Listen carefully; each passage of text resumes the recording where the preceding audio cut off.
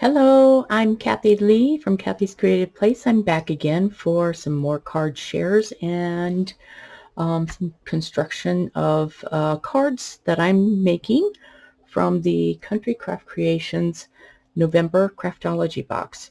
So this next one, I used some of the, in my past videos, before I start, in my past videos, I've made several different card designs.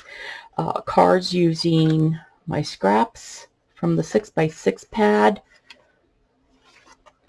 These, which are really, really easy. I just had a die that I cut out, and then I did some heat embossing with the stamp set.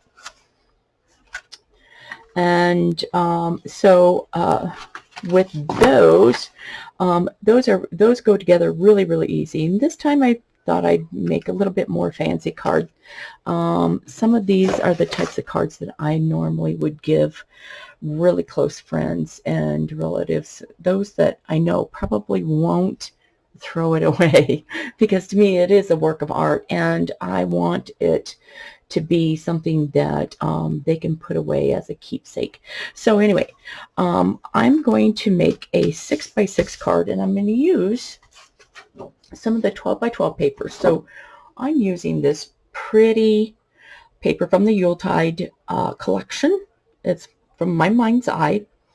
And what I did is I have a lawn fawn die, and it's just a stitched lawn fawn die, and I took this and I cut it from some artisan cardstock, and then I took the seam and I took the inside of that die and cut it out, because the other size of die is actually even smaller, so I was afraid of it not getting enough of the seam in here and leaving too much of a white border, so I cut it out myself with scissors. So I just put my die on that piece, traced around it, and then cut it by hand. So I'm using part of this paper as my focal point.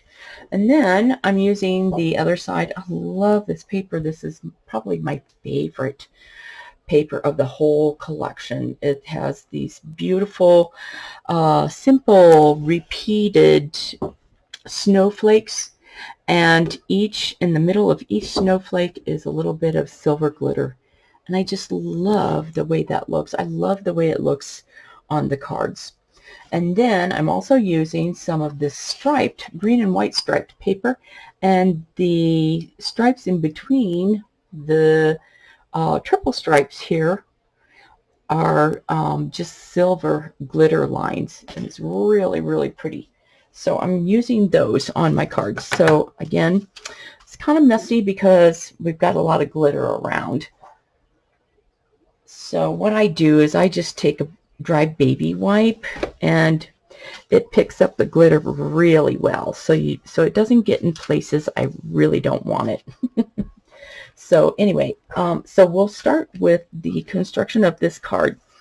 For this one, I'm using this that red snowflake piece as my base for the front of my card, and this is a 6x6 again card. It's a card that's 6 inches by 12 inches, and then I just scored at 6 inches in the middle, and it's a top folding card. And then, and I like top folding cards rather than side folding cards because they display so much better. I mean, when you think about it, they do a lot better display rather than something like this. It doesn't always get seen. When you have a top folding card, the whole front actually is easier to see. So anyway, that's kind of the reason why I prefer the top folding cards. So I'm not going to do any inking on this paper. I think that it doesn't need it, and I'm just going to put this right on my card base. So this is a 5 7/8 by 5 7/8 panel that I'm using for my base. And it is somewhat directional. The pattern is horizontal, but if you use it like this, that would be really pretty too, because it gives it a little bit more abstract when it's in this position. But I'm using it this way because my card actually has a lot of linear elements. So I found this little sheer ribbon in my stash, and oh my gosh, I'm like, why didn't I have that out? And I'm using it. So it's something that probably came from Joann's that I bought a long time ago, but it's already gathered and sewn, so I don't have to do any of that. All I did was I cut some strips of this green and silver striped paper, and I put it on the middle with some score tape so that I could use it as kind of a ruffled bottom edge to my card. And then I'm going to use this other strip, and these are 5 7/8, or excuse me, these are 6 by 3/8 inch. So it's going to go end to the base layer, the white cardstock. So both of these are 6 by 3/8. And then this is my focal point. I already glued my motif to my die, to my stitched die, and that's going to sit up there like this, kind of toward the middle, and get it a little bit to the middle. So I have the ruffle at the bottom, this at the top. Some of these other pieces are actually going to go on the inside of the card. So because I have, like I said, I like to use my scraps in all of my, as much as I possibly can, because I hate wasting paper. So these were strips that were cut off here and there, and I'm going to use these for the inside of my card. So we're going to use those. This is actually going to serve as kind of a middle layer under my motif, and it kind of divides the card into 3 pieces, if you will.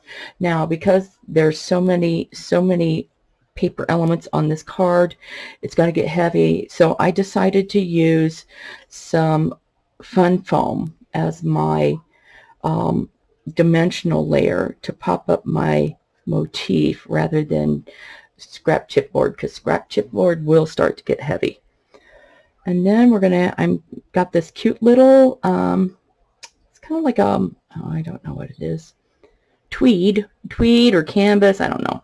Anyway, this cute little ribbon that comes in the collection, and I'm using this red, and I'm going to put a little bow. I used my Bow Easy to tie this, and then I've got this cute little ephemera piece from the ephemera pack, and it's a cute little sled with a little round tag, and I'm going to use this kind of as a bottom element to my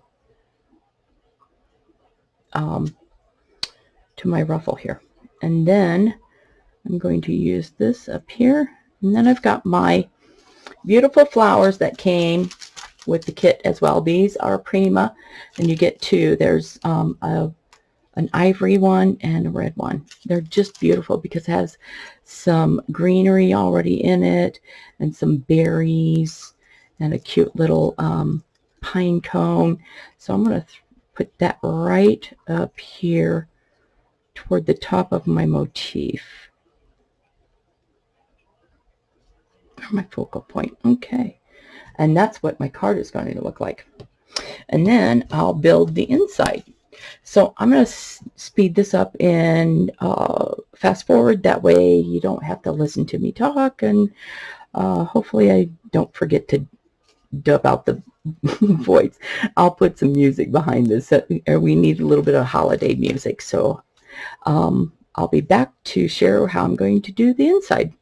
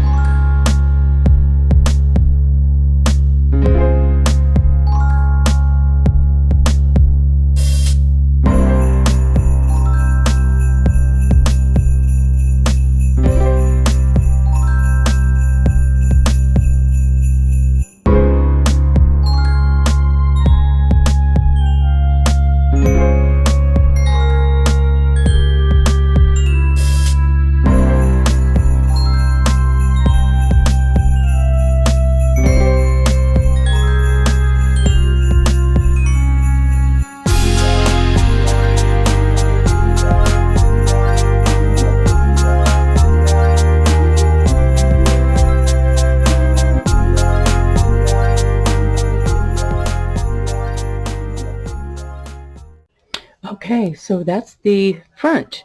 Now the inside, I'm going to use my scraps from this card on my inside, and I'm going to take these strips, the red, and I think I need something to hold that up so I don't, there we go. Oh, here. Oh, that always works. I love these magnets because then I can kind of keep things fairly even and still while I'm adhering things. Okay, so I'm going to put the red strips at the top and the bottom, and then I'm going to put the green and white strip in the middle. They're not going to touch, but that's okay because it's kind of like dividing it in the border. So they're not equal either. So this is 1 3/4, which is the same size that I used on the front. So 1 3/4 by 6 or 5. This one's 5 7/8. The other one's 6. These just happen to come out to be like 1 7/8 by 5 7/8. So I'm putting those on here, top and bottom.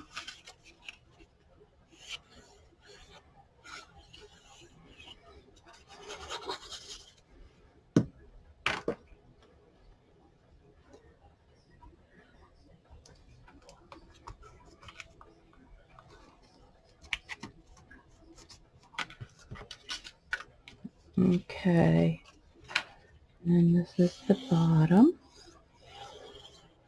It's a really simple card. Came to get together very, very quickly.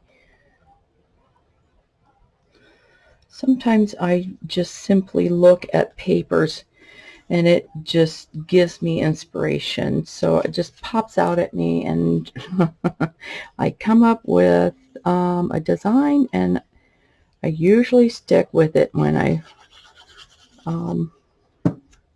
see it in my head. I stick with it.